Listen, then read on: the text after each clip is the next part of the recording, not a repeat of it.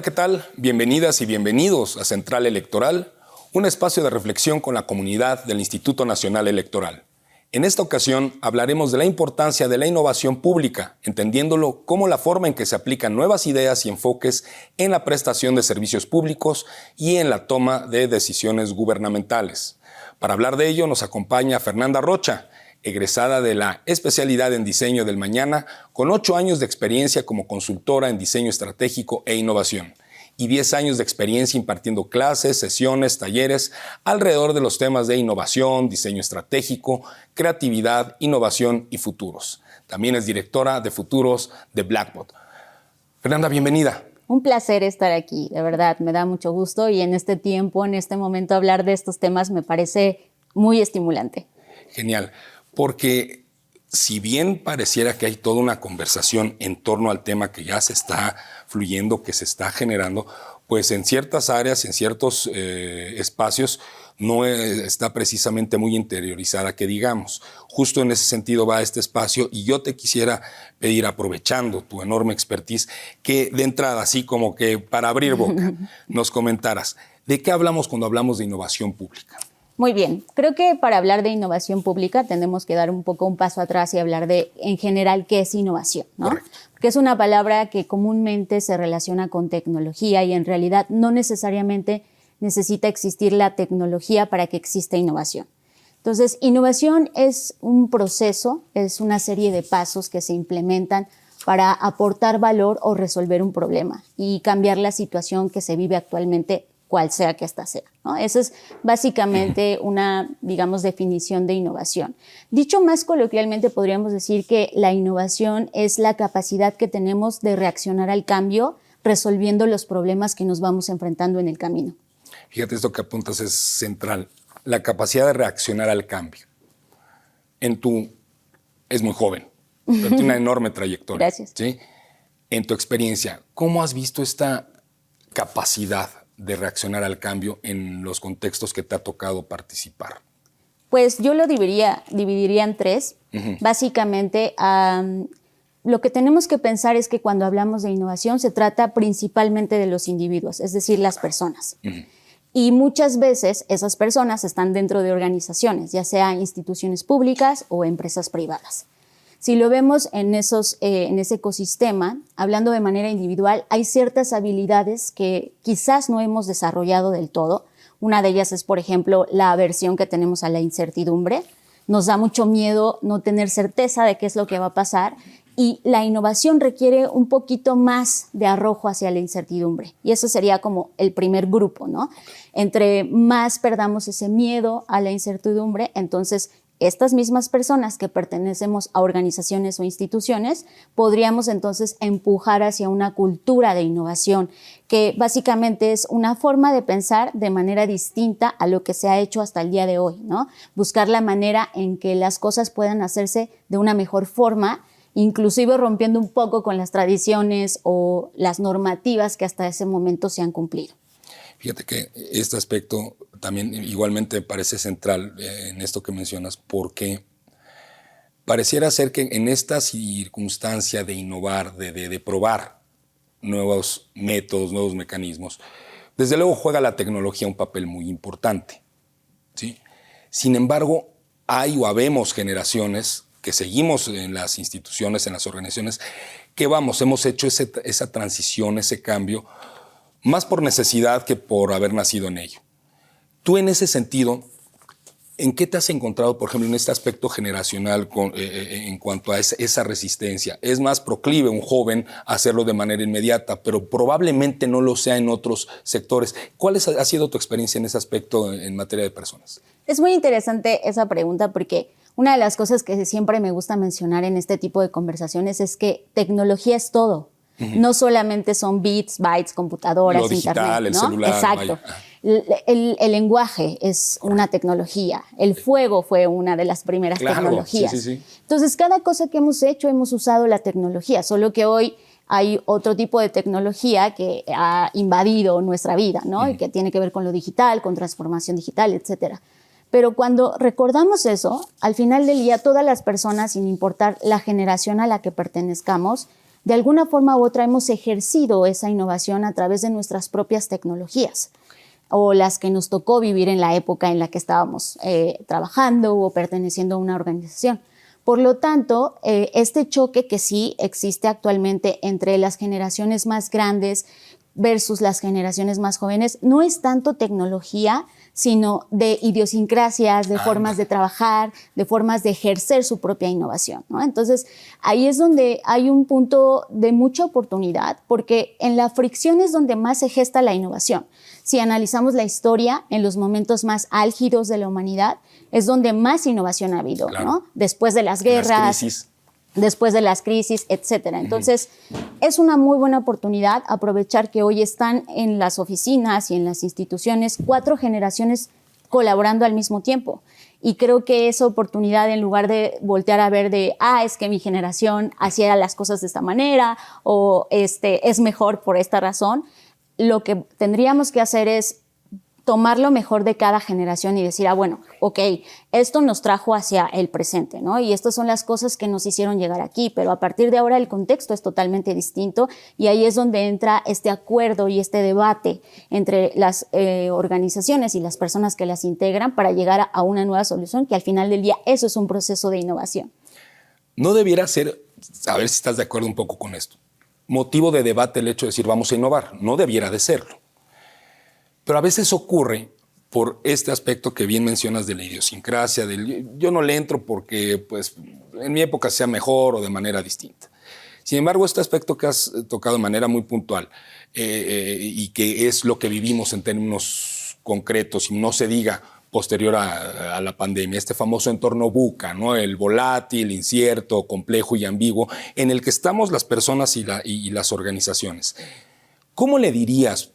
Vamos a verlo desde esta perspectiva y sobre todo pensando en estas generaciones. Ahorita abordaremos a otras, pero a las generaciones que son un poco más resistentes al cambio, ¿qué mensajes se les puede decir de que le entren, de que no sea motivo de debate, que sea algo que no te esperes a la crisis, sino que pueda ser algo que de una manera natural pudiera implementarse este aspecto de la innovación? Yo creo que en primero reconocer que todas las personas somos innovadoras. Creo que también hay un tabú ahí sobre solo ciertos perfiles o ciertas profesiones son las personas que pueden ser innovadoras. Y en realidad no es así. La innovación es algo que todo el mundo puede ejercer, que todo el mundo puede realmente practicar en su día a día, ¿no? Cuando tú estás ante un problema, lo resuelves gracias a un proceso de innovación que quizás no es consciente, pero lo es. Entonces, al final del día, yo les invitaría a darse cuenta, a reconocer esta capacidad y también entender que las soluciones que ellos tienen en este momento funcionaban en un entorno hace años, que hoy es totalmente distinto y tiempos distintos requieren soluciones distintas. Excelente. Fernanda, muchísimas gracias. Ya abordaremos en los siguientes bloques ya aspectos más puntuales de objetivos, de procesos, pero mientras tanto nos quedamos con esto porque es muy importante que lo sepan. Todas las personas tenemos esa capacidad de innovación, no tenemos que esperarnos a las crisis, sino tener esa oportunidad de mejorar, que al final del día ese es el objetivo, ¿no? Terminamos el primer corte, volvemos.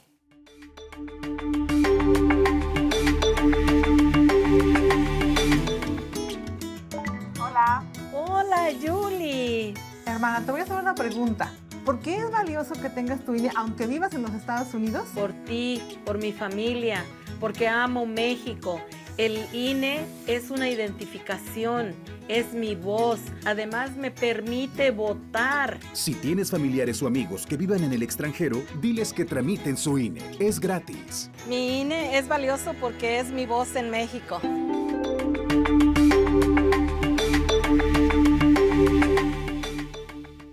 Continuamos aquí en Central Electoral con Fernanda Rocha, es directora de futuros de Blackbot.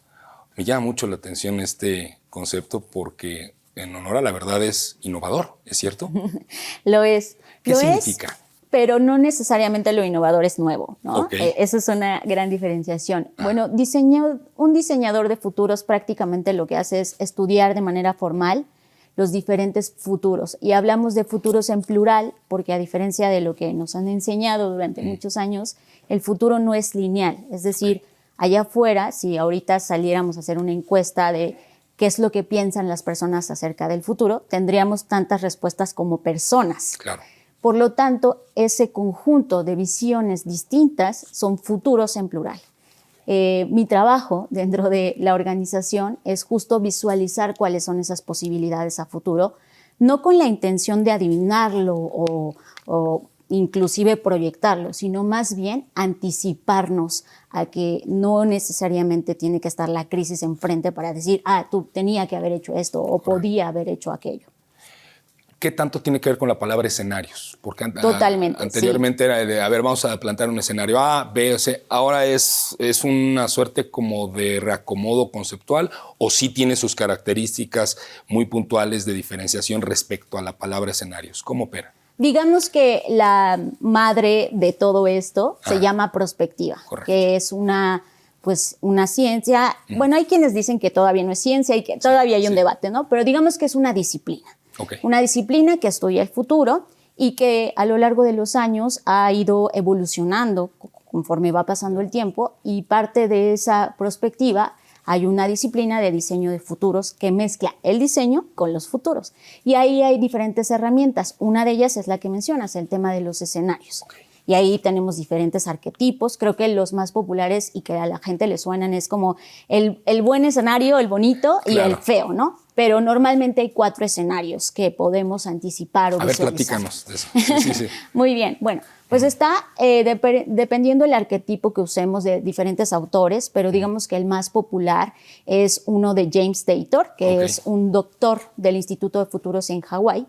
Y una de las cosas que él planteaba era, bueno, piensa en tu futuro, sí, utópico, pero hay otros futuros como el de transformación, como el distópico, o inclusive el que tú quieres que se lleve a cabo, ¿no? Entonces, ahí ya hay 4 escenarios.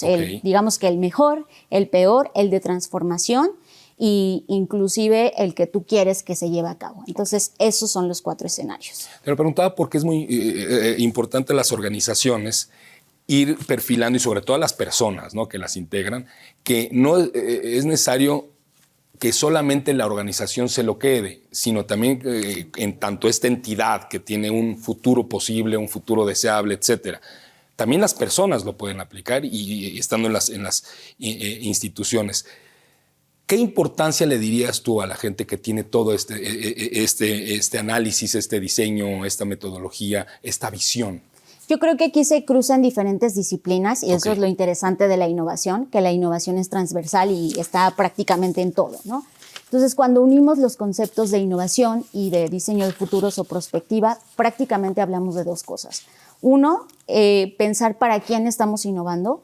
La innovación originalmente nace para centrarse en las personas y dar soluciones a unas personas, ¿no? Ya sea se llame su usuario, llámese persona de pie en la calle, o sea, no importa qué tipo de persona, está hecho para resolver un problema para esa persona. Y el diseño de futuros lo que piensa es, voy a solucionar un problema ahora, pero ese problema que yo estoy solucionando puede que la solución en el futuro se convierta en un nuevo problema.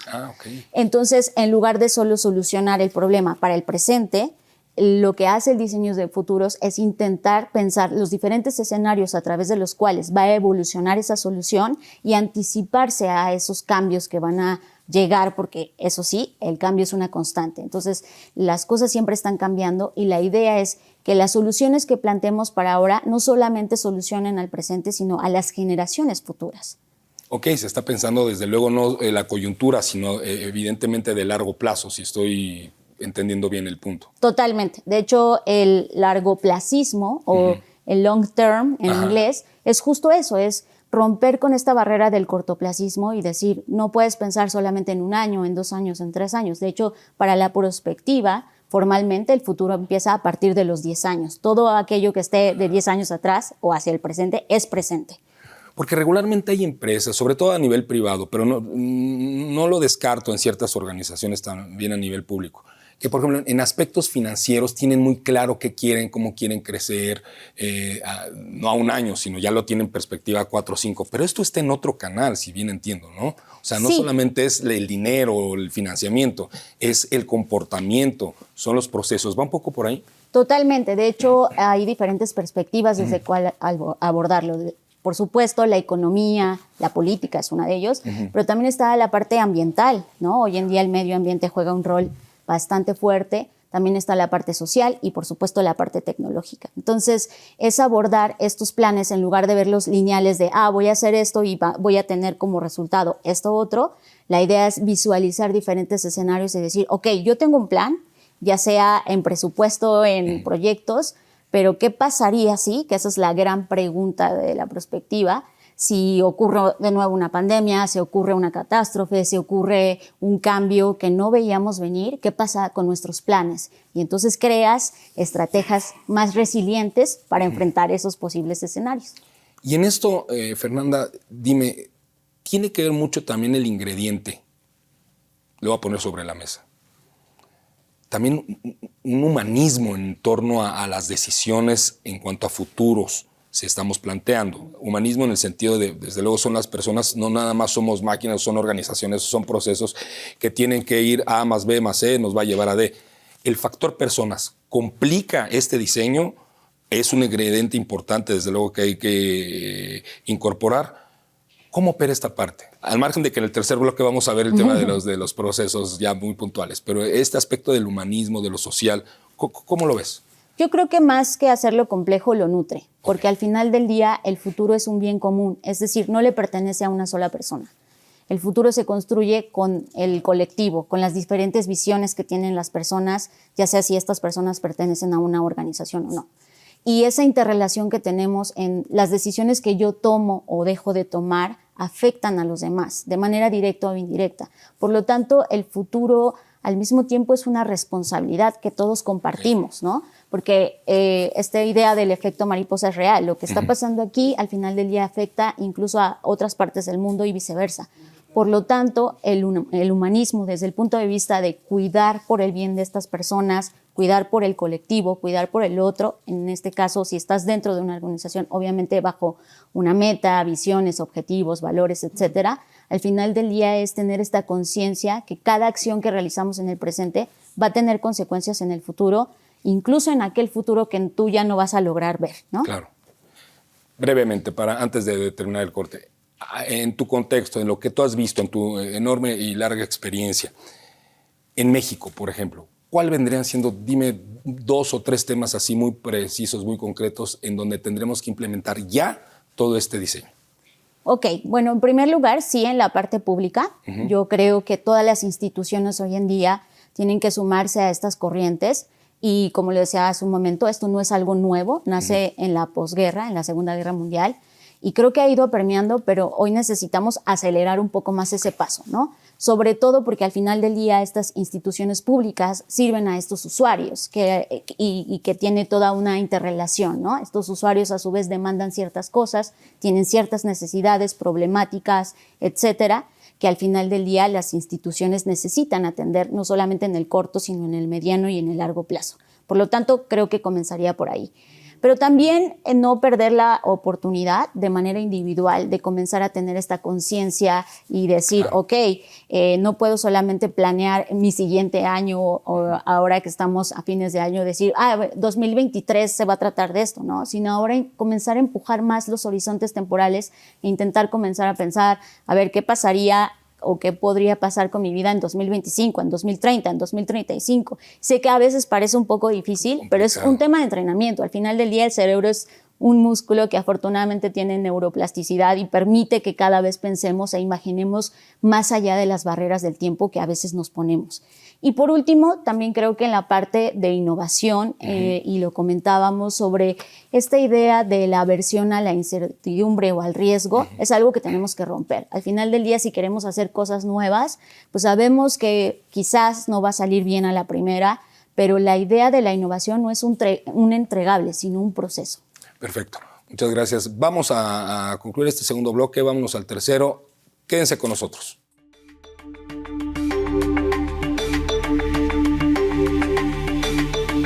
Es valioso actualizar la dirección ante el INE porque con ello puedo tomar decisiones para mi colonia y tener una mejor calidad de vida. Para estar vigente a la hora de votar.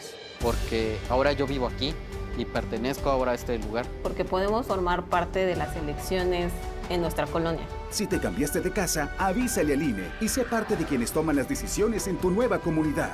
Actualizar mi INE es valioso para mí y mi nueva comunidad.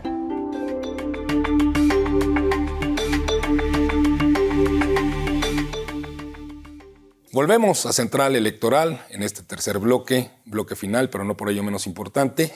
Hemos estado hablando de diseño de innovación, innovación pública, diseño de futuros, que es algo francamente, no voy a decir sugerente, sumamente atractivo, no solo para las personas, sino también desde luego para las organizaciones y para las instituciones. En este aspecto me llama la atención algo, y sobre todo considerando nuestro contexto nacional. No somos muy proclives a pensar tanto en el futuro, y una muestra de ello es, por ejemplo, el caso del ahorro a futuro, las pensiones. Se entiende muchas veces por qué. Digo, ¿cómo puedo planear a 30, a 40 años si tengo necesidades urgentes en este momento? Sin embargo, eso no quita la posibilidad de realizarlo. ¿Qué tendrían las personas, qué tendríamos que hacer las personas para ir teniendo este entrenamiento que bien señalabas en el bloque anterior, Fernanda, para irnos entrenando en esto que francamente es una visión indispensable? ¿Qué tendríamos que comenzar a hacer en ese sentido? Bueno, afortunadamente hay ya un marco que es el marco genérico de prospectiva que cualquier persona e individuo puede comenzar a abordar en su vida. Y el primer paso para esto es la fase de reconocimiento de las señales. Es decir, que en el día a día nos empapemos no solo de aquellos temas que nos interesan, que eso está muy bien porque fomenta nuestra creatividad y nos ayuda a ampliar el horizonte, pero también observar aquellas cosas que usualmente no observamos, ver en aquellos lugares que usualmente no vamos, leer, consultar aquellos medios que usualmente no consultamos. Es decir, salir un poco de nuestra zona de confort para ampliar nuestro horizonte de conocimiento. Ese es el primer paso. De esta manera vamos rompiendo con nuestras propias creencias, vamos desaprendiendo conceptos y reaprendiendo otros, y eso nos ayuda muchísimo a ir sensibilizándonos. El segundo paso de este proceso es, una vez que ya voy practicando en el día a día y voy diciendo, ok, hoy voy a agregar a mi lista de lectura esta cosa que jamás había leído o temas que jamás me había enterado, y simplemente por curiosidad voy a comenzar a indagar. Una vez que ya lo incorporé a mi vida, entonces lo segundo es comenzar a hacernos preguntas que usualmente no nos hacemos. Ya preguntaba yo, ¿qué pasaría si, no? ¿Qué pasaría si esto que estoy viendo, esta nueva tecnología, esta nueva noticia, qué cambios podría colocar, qué cambios podría traer consigo, qué pasaría si esto realmente ocurre o si se agrava o si se hace menos? Comenzarnos a preguntar diferentes posibilidades. Eso es un segundo ejercicio que habría que hacer, ¿no? Plantear qué pasaría. Y el tercero es comenzar a responder a esas preguntas. Es decir, ahora ya no solamente en términos de especulación, sino realmente hacer un plan y decir, ok, el tema del retiro, ¿no? ¿Qué tipo de persona quiero ser en 50 años? Bueno, quiero ser una persona que tenga estos bienes o que tenga estos objetivos cumplidos. Bueno, desde el presente, ¿qué pasos tengo que dar para que eso se lleve a cabo? Y aquí hay una cosa que yo me inventé, que le llamo la teoría del pastel. Y es, cuando tú piensas en un pastel, sí, pues ya sabes cómo va a terminar, lo imaginas, ¿no? A lo mejor lo quieres con ciertos ingredientes, etcétera. Bueno, pues es lo mismo que hay que hacer, pero ahora en lugar de cocinar un pastel, lo que vas a hacer es tu yo en ese futuro. Y una vez que tienes clara esa imagen, entonces hay que ir hacia atrás. Ok, para que este pastel esté cocinado, ¿cuál es el paso inmediato anterior que yo tuve que dar? Pues meterlo al horno. Ok, ¿qué significa meterlo al horno en tu vida? ¿Sabes qué? Para el año tal yo ya debo haber tenido estos objetivos cumplidos. Y así hacia atrás hasta llegar al 2022 o 2023 o el año en el que tú estés presente y decir, ok, te vas a dar cuenta que no necesitas esperarte 5 años, 6 años o ganar más o tener más éxito, sino desde hoy puedes comenzar a dar pequeños pasos para en 10 años tener listo ese pastel, ¿no? Entonces te vas dando cuenta hacia atrás que lo primero que tienes que simplemente hacer es descargar una receta de internet. Ese es el primer paso, ¿no? Okay. Y eso aplicado a la vida, eso significa, es que tengo que hacer yo en mi presente para poder dar de poco en poco estos pasos hacia mi yo de 10 años o del 2050 o del 2070 o el que tú quieras proyectar. Antes de pasar al tema de las organizaciones en este sentido de los procesos, quisiera nada más como puente preguntarte algo. ¿qué instancias o qué organizaciones ves o dónde debiera estar la responsabilidad, si es que esto puede pensarse como responsabilidad, de que también hay un apoyo a la gente para que esto ocurra?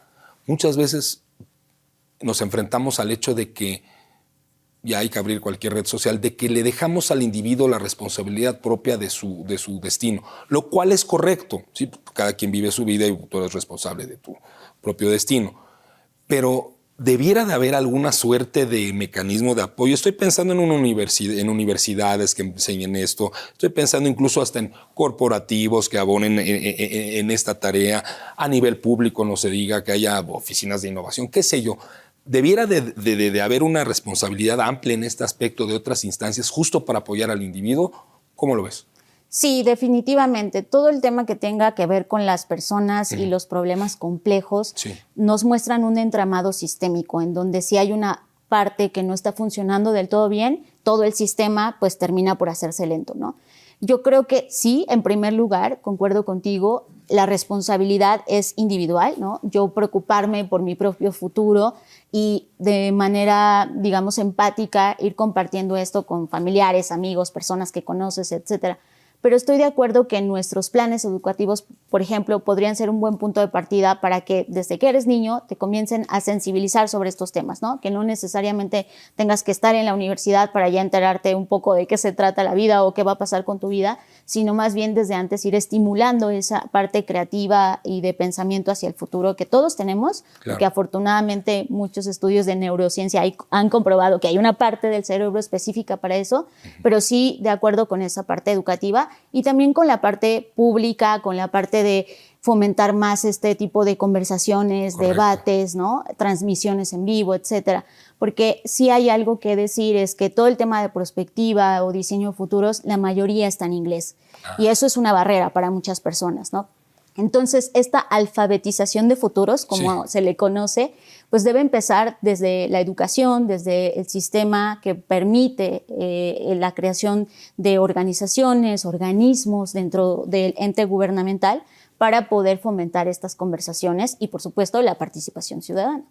Genial. Ya para ir perfilando el cierre, Fernanda, en términos de organizaciones, sé que cada organización tiene sus características propias, tiene su propio diseño en lo particular, pero para quienes nos están escuchando,